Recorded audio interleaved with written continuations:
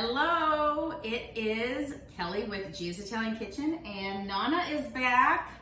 Thanks for joining, and we are back from Italy. Yay!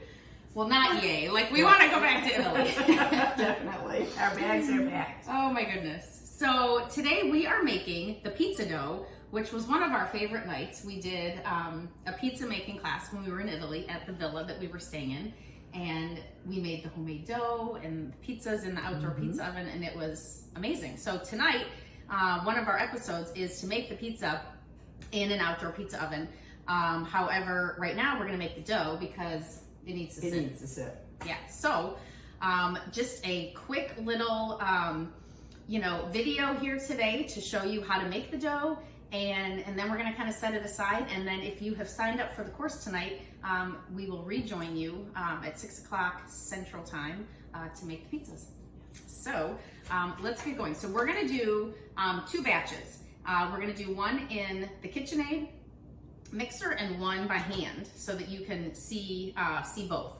So if you have joined the class, you should have the recipes, and if you don't, you can send us an email at giasitaliankitchen@gmail.com, and we can get you signed up and send you the recipe. So first we're gonna do the flour, and we're gonna put all the dry ingredients in. So this, Mom, is your flour, pre-measured. So and then this is mine. So we're using this 00 flour. I put a picture of this in the Facebook post. The reason we're using this is because there's no, or not hardly any, added gluten to it. So a lot of the, like an AP flour, the pizza's just gonna turn out more chewy. It's not gonna be really thin, and it's gonna taste and feel heavier, which, you know, when we were... In our pizza, it's heavier. This... In America. In America. Here, it's so light, it's so good. You may feel stuffed because you ate too many pieces, but that goes away fairly quickly. But you can eat several pieces and you do not feel full. Right. And this is really, not necessarily this brand, but the 00, closer to what is the natural flour that they use over in Italy without the added stuff in it. So, so we've got our flour, then we're gonna add sugar. So I've got 1 tablespoon, actually let me use this, 1 tablespoon of sugar. So we'll add 1 to you and 1 to me. And then, actually, can you grab a scissors? We need to do the dry yeast. And so these little packets, we want 1 tablespoon. This packet is not exactly 1 tablespoon. So put it over the cup. Oh, I need more. Because we'll need to measure it. Okay. It won't be an exact 1 packet. So you need more than 1 packet, yeah.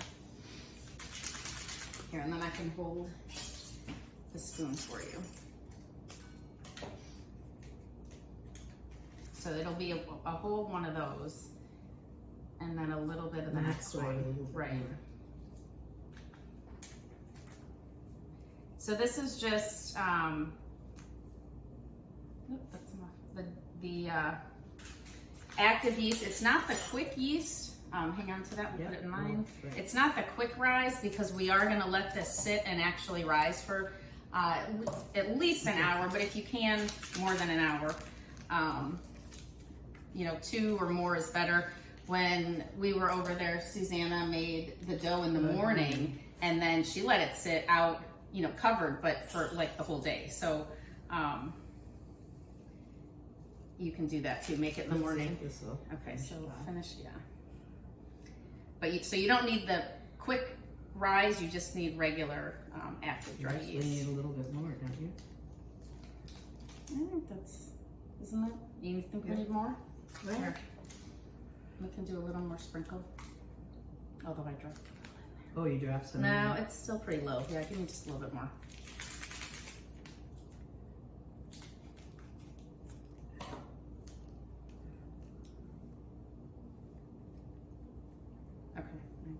Okay, then let's just toss that away so it doesn't get in the dough on the island.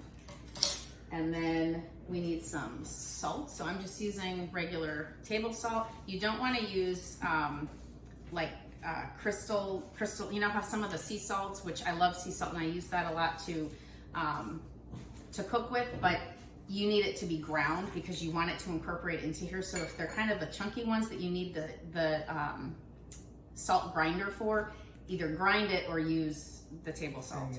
So one, I think that soup spoon is about a tablespoon, but so when I'm cooking, I use this one so often because it doesn't super matter, but when you're baking, it super matters. So I'm using the official tablespoon so I don't screw this up. We need to do a test. A test of what? Another time. Of the spoon? Spoon into the spoon. Okay. Making sure. Then you could. How far away am I? Yeah. Okay. Then we're gonna here, let me give you a spoon. Just incorporate the dry ingredients. And then the only other two ingredients are some water at room temperature. So I have my water pre-measured.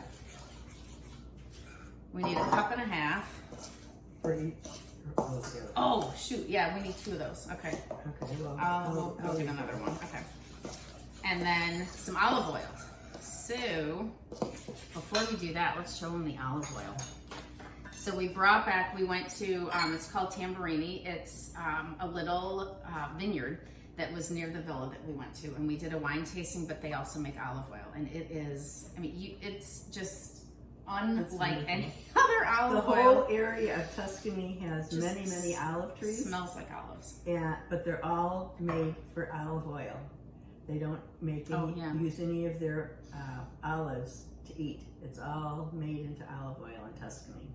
I didn't know that until when they said that to us, it was curious because they when you get olives that you eat, they're from Spain or Greece, right? And this is all olive oil, so it just smells phenomenal. I think there might be other areas of Italy that grow olive trees that you can use them and eat them. Okay. But Tuscany, in particular, grows the olive just for trees the olive just oil. For the olive oil. Yeah.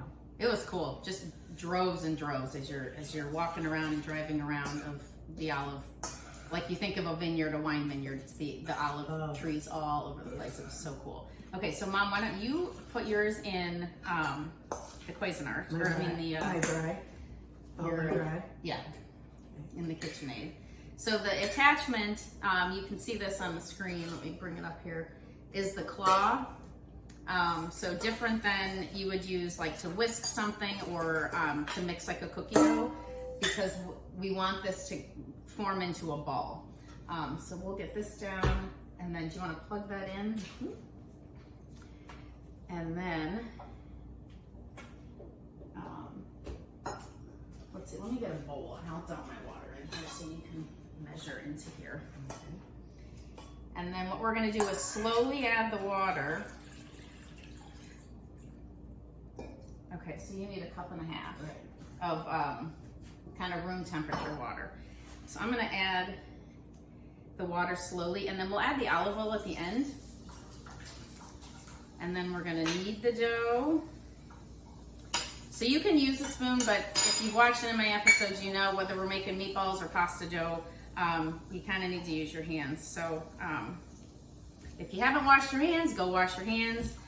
And let me just show you kind of what I'm doing as I slowly add this water. I'm kind of just incorporating it, getting things moved around, but I'm kind of just pinching it with my fingers to get that moisture around. And you've got the yeast in here already, so it should be nice and mixed and incorporated in there. We just don't want to dump this all in at one time. So I would start yours on level 1, really low, and then slowly add the water. Make noise, so you don't have to a little bit of noise, okay. But we're not gonna tune it on high. What did we make? Remember we were making that and the KitchenAid was so loud. Was that the dessert? Oh, we were meringuing the egg whites. Oh my gosh. And we had to do that for like 5 minutes. It was so loud. So mine is starting to get into a ball, so I'm continuing to pinch it, but I'm also kind of flipping it and almost starting to knead it because there is still some flour in the bottom of my bowl. So before I take it out of the bowl and knead it, I want to get all of my flour. So, you know, with the pasta dough, right? People say, well, when is it done? When it feels like it's done. So it shouldn't feel like Play-Doh. Right now, I've still got a little bit of a Play-Doh sticky feel because I have some flour still in the bottom of my pan. And you haven't added any oil. And I haven't added any oil yet, so I want to get the rest of this flour in here so it gets less sticky. Which it almost, oh yeah, that's better. So this takes a little bit of some muscle, right? Not for too long. We're only doing this for a couple minutes, so bear with us if you're doing the kneading with us. Yeah, it takes a while. Okay, so my bowl is pretty empty, which is awesome. So I'm gonna get rid of this. And then we wanna put a little bit of flour down. So my island is granite. You wanna use a non-stick, so if you don't have a granite countertop, make sure you put a good amount of flour down. Otherwise, you could use a cookie sheet. Still put some flour down so it doesn't stick. And then we're gonna start to just knead it. So we're gonna push it down and then flip it over and continue.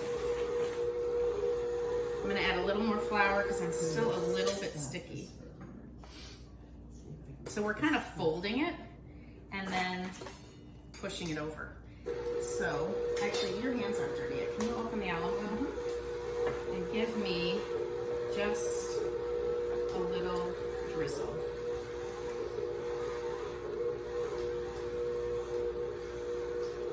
So this could be up to a tablespoon, but it really depends on how sticky your dough is. Okay, can you give me a little bit more?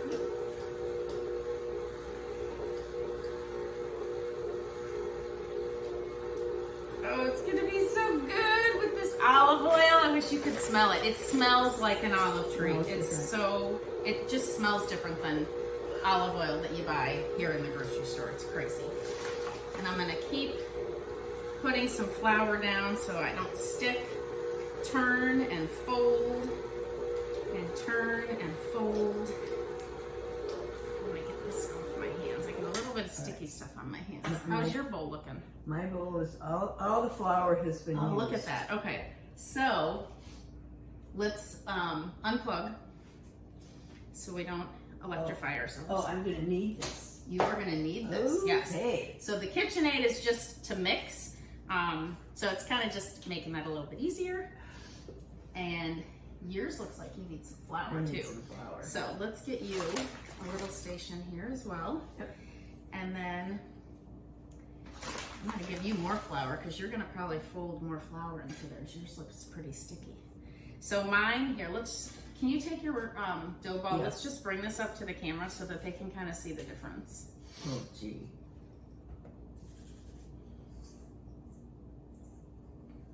So it's an art, right?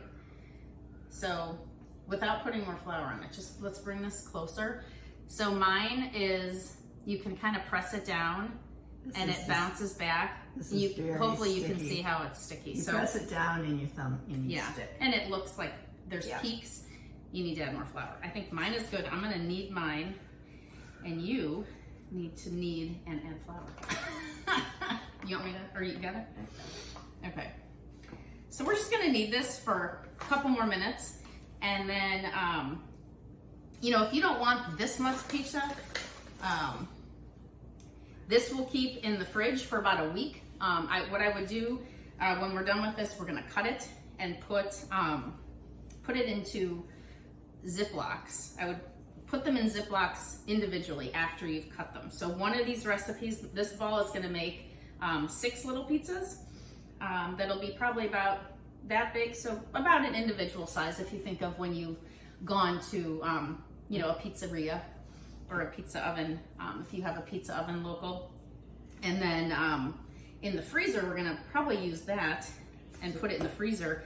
It'll keep for at least a month in the freezer. So you wanna probably either double bag that, or if you have, what was that thing? The vacuum sealer thing? Yeah, food saver. The food saver. That's great to keep it nice and fresh. Of course, Bess is making it the day of. So we're making it today because we're gonna make the pizzas tonight. But we've done this enough, you know, you can put the dough in the fridge for a day or two and it really does taste pretty darn close to what it does today. So that's an easy make ahead. And if you notice, when we're doing this, you use the heel of your hand here. oh yeah, Don't use your fingers, it won't work right. You Yeah. need to use the heel of your Push. hand. When you push, you need to push it with the heel of your hand. okay, so I think I'm good. So what I'm gonna do, let me jump in here, is just grab a kitchen knife, nothing sharp, and I'm gonna cut mine into 6 little dough balls. And then you wanna find either a, like a casserole dish. If you have a big casserole dish that has a top on it, that is best. If you don't, you can put saran on it, but you want something with a lot of space because we want these dough balls to at least double in size. So I've got this big container that has a top on it. So I'm gonna put my little dough balls in here. I think I need some more oil. And space them out. So this big pan, I'm only gonna put 6 in so that they've got plenty of room to expand. And then we'll let them sit out. We're not gonna put them in the fridge or anything. We are gonna cover them and let them sit until tonight and they'll be ready to go. And for yours, we'll cut them when you're ready, Yeah, I and need a then little put them more. like in a Ziploc. We could put them in the fridge. I'll probably put them in the freezer though, because I don't know if we'll use them Use all 6. in the next Well. couple days. So that is the making of the pizza dough. So really quick, right? Maybe 10 minutes. We're at about 15 minutes, but we've been chatting. So Yeah. you will be so happy that you made the homemade dough. It tastes amazing compared to even a store-bought dough or a freezer dough when you're making those homemade pizzas. So tonight is our episode. So if you have not signed up, you can go in our bio here in the Facebook page and click on the mastermind link to purchase the course. And that also comes with that chicken episode that we made a few weeks ago that had the pepper, So the cherry good. peppers, and the Italian sausage, the pepperdew peppers. Oh, that was so good. So that's a full episode that's already in the website that you will get as part of your course, as well as the pizza tonight. So hopefully we will see you tonight. And if you have any questions, email giasitaliankitchen@gmail.com, and hopefully we see you soon. Let's get cooking. Bye-bye. Buonasera. Buonasera.